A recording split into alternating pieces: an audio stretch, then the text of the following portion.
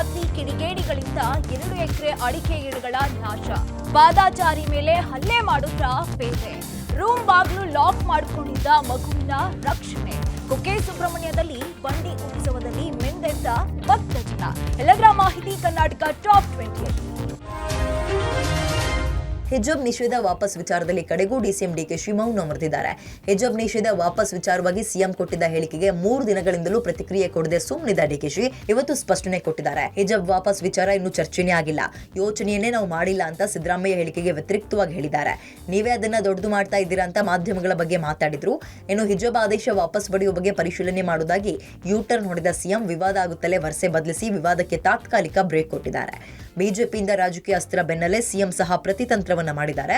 ಸದ್ಯ ಸುಪ್ರೀಂ ಕೋರ್ಟ್ನಲ್ಲಿ ಪ್ರಕರಣ ಇರುವಾಗ ವಿವಾದ ಬೇಡ ಅಂತ ಎಚ್ಚರಿಕೆ ಹೆಜ್ಜೆ ಇಡೋಕೆ ತೀರ್ಮಾನ ಮಾಡಿದ್ದಾರೆ. ಇನ್ನು ಲೋಕಸಭಾ ಎಲೆಕ್ಷನ್ ಇದೆ, ರಿಸ್ಕ್ ಬೇಡ, ಸದ್ಯಕ್ಕೆ ಅಧಿಕೃತ ಆದೇಶ ಬೇಡ ಅಂತ ಸಚಿವರು ಸಿಎಂಗೆ ಮನವಿ ಮಾಡಿದ್ದಾರೆ ಎನ್ನಲಾಗಿದೆ.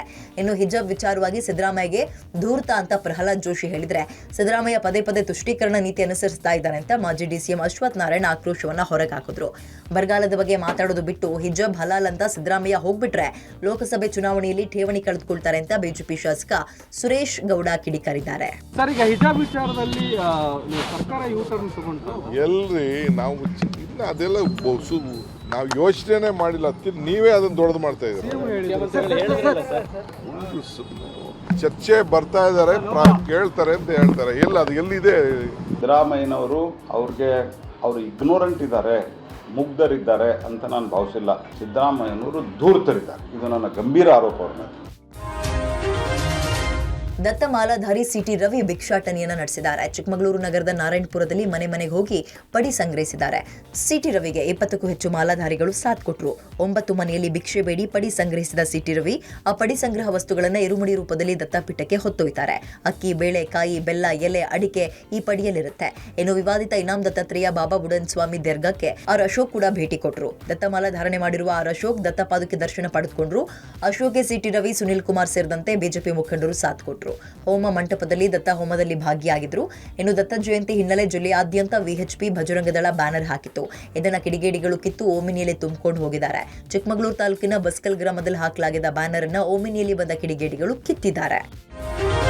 ಕಾಂಗ್ರೆಸ್ ಸರ್ಕಾರದ ಪಂಚ ಗ್ಯಾರಂಟಿ ಯೋಜನೆಗಳಲ್ಲಿ ಒಂದಾದ ಯುವನಿಧಿ ಯೋಜನೆ ಜಾರಿಗೆ ಕ್ಷಣಗಣನೆ ಆರಂಭ ಆಗಿದೆ. ನಾಳೆ 5ನೇ ಗ್ಯಾರಂಟಿಯಾದ ಯುವನಿಧಿ ಯೋಜನೆ ನೋಂದಣಿಗೆ ಚಾಲನೆ ನೀಡಲಾಗುತ್ತೆ. ನಾಳೆ ವಿಧಾನಸೌಧದ ಬ್ಯಾಂಕ್ವೆಟ್ ಹಾಲ್ ಸಿಎಂ ಸಿದ್ದರಾಮಯ್ಯ ಚಾಲನೆ ನೀಡಲಿದ್ದಾರೆ. ಸೇವಾ ಸಿಂಧು ಪೋರ್ಟಲ್, ಬಾಪೂಜಿ ಸೇವಾ ಕೇಂದ್ರ, ಕರ್ನಾಟಕ ಒನ್ ಸೇರಿದಂತೆ ಇತರೆ ಸೇವಾ ಕೇಂದ್ರಗಳಲ್ಲಿ ನೋಂದಣಿಗೆ ಅವಕಾಶ ಕೊಡಲಾಗಿದ್ದು, ಯುವನಿಧಿ ಯೋಜನೆಗೆ ನೋಂದಣಿ ಸಂಪೂರ್ಣ ಉಚಿತ ಆಗಿದೆ. ರಾಜ್ಯದಲ್ಲಿ ಅಂದಾಜು 5,29,153 ಯುವನಿಧಿ ಫಲಾನುಭವಿಗಳಿದ್ದಾರೆ. 4,81,000 ಪದವೀಧರರು, 48,153 ಡಿಪ್ಲೊಮೊ ತೇರ್ಗಡೆಯಾಗಿದ್ದಾರೆ. 2023-24 ಯುವನಿಧಿಗಾಗಿ 250 ಕೋಟಿ ರೂಪಾಯಿ ಅನುದಾನ ಮೀಸಲಿಡಲಾಗಿದೆ. ಯೋಜನೆಯಡಿ ಪದವಿ ಮುಗಿಸಿದವರಿಗೆ 3,000, ಡಿಪ್ಲೊಮೊ ಮಾಡಿದವರಿಗೆ 2,000 ರೂಪಾಯಿ ನೀಡಲಾಗುತ್ತೆ. ಅಲ್ಲದೆ ಈ ಯೋಜನೆಯ ಫಲಾನುಭವಿಗಳಾಗೋದಕ್ಕೆ ಕನ್ನಡಿಗರಾಗಿರಬೇಕು, 6 ವರ್ಷಗಳ ಕಾಲ ಕರ್ನಾಟಕದಲ್ಲಿ ವ್ಯಾಸಂಗ ಮಾಡಿರಬೇಕು ಅಂತ ಸರ್ಕಾರ ಷರತ್ತು ಹಾಕಿದ್ದು, ಅರ್ಹ ಅಭ್ಯರ್ಥಿಗಳ ಆಧಾರ್ ಲಿಂಕ್ ಆಗಿರುವ ಬ್ಯಾಂಕ್ ಖಾತೆಗೆ ಹಣ ವರ್ಗಾವಣೆ ಆಗಲಿದೆ.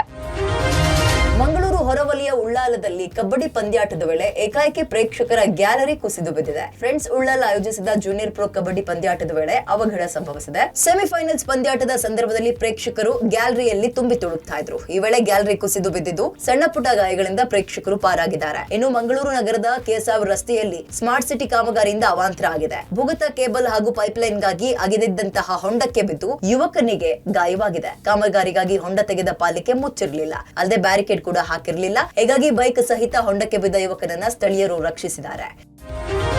ಬೆಳೆದು ನಿಂತಿದ್ದಂತಹ ಅಡಿಕೆ ಗಿಡಗಳನ್ನ ರಾತ್ರೋರಾತ್ರಿ ದುಷ್ಕರ್ಮಿಗಳು ಕಡಿದು ಹಾಕಿದ್ದಾರೆ. ದಾವಣಗೆರೆ ಜಿಲ್ಲೆಯ ಹೊನ್ನಾಳಿ ತಾಲೂಕಿನ ಮುಕ್ತೇನಹಳ್ಳಿ ಗ್ರಾಮದಲ್ಲಿ ಕಿಡಿಗೇಡಿಗಳು ಕೃತ್ಯವನ್ನ ನಡೆಸಿದ್ದಾರೆ. ಪರಮೇಶ್ವರಪ್ಪ ಎನ್ನುವ ರೈತರಿಗೆ ಸೇರಿದಂತಹ 2 ಎಕರೆಯಲ್ಲಿರುವಂತಹ 1000ಕ್ಕೂ ಹೆಚ್ಚು ಅಡಿಕೆ ಗಿಡಗಳನ್ನ ಅರ್ಧಕ್ಕೆ ಕತ್ತರಿಸಿದ್ದಾರೆ. 4 ವರ್ಷಗಳಿಂದ ಮಕ್ಕಳಂತೆ ಸಾಕಿ ಬೆಳೆಸಲಾಗಿತ್ತು. ಅದರಲ್ಲೂ ಈ ಬರಗಾಲದ ಸಮಯದಲ್ಲಿ ಇದ್ದಂತಹ ನೀರಿನಲ್ಲೇ ಕಷ್ಟಪಟ್ಟು ಬೆಳೆಸಿದ್ರು. ಬೆಳಿಗ್ಗೆ ಪರಮೇಶ್ವರಪ್ಪ ಅಡಿಕೆ ತೋಟಕ್ಕೆ ಹೋದಾಗ ಅಡಿಕೆ ಗಿಡಗಳನ್ನ ನಾಶ ಮಾಡಿರೋದು ಬೆಳಕಿಗೆ ಬಂದಿದೆ. ಇನ್ನು ಕಿಡಿಗೇಡಿಗಳನ್ನ ಬಂಧಿಸುವಂತೆ ಸ್ಥಳೀಯರು ಮನವಿ ಮಾಡ್ತಾ ಇದ್ದಾರೆ. ಇನ್ನು ಮಕ್ಕಳಂತೆ ಬೆಳೆಸಿದಂತಹ ಅಡಿಕೆ ಗಿಡಗಳು ನಾಶ ಆಗಿದ್ದನ್ನ ನೋಡಿ ಕುಟುಂಬಸ್ಥರು ಗೋಳಾಡ್ತಾ ಇದ್ದು, ಹೊನ್ನಾಳಿ ಠಾಣೆಯ ಪೊಲೀಸರು ಸ್ಥಳಕ್ಕೆ ಭೇಟಿ ನೀಡಿ ಪರಿಶೀಲನೆಯನ್ನ ನಡೆಸಿದ್ರು. ರಸ್ತೆಯಲ್ಲಿ ಪಾದಾಚಾರಿ ಮೇಲೆ ಸಂಚಾರಿ ಪೇದೆ ಹಲ್ಲೆಗೆ ಯತ್ನಿಸಿದಂತಹ ಘಟನೆ ಬೆಂಗಳೂರಿನಲ್ಲಿ ನಡೆದಿದೆ. ಮೊನ್ನೆ ರಾತ್ರಿ ಉತ್ತರಹಳ್ಳಿ ಬಳಿಯ ಹರೇಹಳ್ಳಿ ಸಮೀಪದಲ್ಲಿ ಈ ಘಟನೆ ಆಗಿದೆ. ಇದು ತಡವಾಗಿ ಬೆಳಕಿಗೆ ಬಂದಿದೆ. ಕುಮಾರಸ್ವಾಮಿ ಲೇಔಟ್ ಸಂಚಾರಿ ಠಾಣೆಯ ಕಾನ್ಸ್ಟೇಬಲ್ ಕರಿಬಸವಯ್ಯ ಪಾದಾಚಾರಿ ಮೇಲೆ ಹಲ್ಲೆ ಮಾಡಿದ್ದಾರೆ. ಕ್ಷುಲ್ಲಕ ಕಾರಣಕ್ಕೆ ಪಾದಾಚಾರಿಗೆ ಅವಾಚ್ಯ ಶಬ್ದಗಳಿಂದ ನಿಂದಿಸಿದ್ದಾರೆ. ಅವಾಚ್ಯ ಶಬ್ದಗಳಿಂದ ನಿಂದಿಸಿದ್ದಕ್ಕೆ ಪಾದಾಚಾರಿ ಪ್ರಶ್ನೆ ಮಾಡಿದ್ದ. ಇದಕ್ಕೆ ಪೇದೆ ಕರಿಬಸಯ್ಯ ಹಲ್ಲೆ ಮಾಡಿದ್ದಾರೆ. ಬಳಿಕ ಪಾದಾಚಾರಿ ವಿರುದ್ಧವೇ ಪೇದೆ ದೂರನ್ನ ಕೊಟ್ಟಿದ್ದಾರೆ. ಕರ್ತವ್ಯಕ್ಕೆ ಅಡ್ಡಿಪಡಿಸಿದ ಆರೋಪದ ಮೇಲೆ ಹಲ್ಲೆಗೆ ಒಳಗಾದಂತಹ ರಾಜು ವಿರುದ್ಧ ದೂರನ್ನು ದಾಖಲಿಸಿದ್ದಾರೆ. ಕರ್ತವ್ಯಕ್ಕೆ ಅಡ್ಡಿಪಡಿಸಿದ ಆರೋಪದ ಅಡಿಯಲ್ಲಿ ಪ್ರಕರಣ ದಾಖಲಿಸಿಕೊಂಡು ಪಾದಾಚಾರಿಯನ್ನ ಸುಬ್ರಹ್ಮಣ್ಯಪುರ ಪೊಲೀಸರು ಬಂಧಿಸಿದ್ದಾರೆ.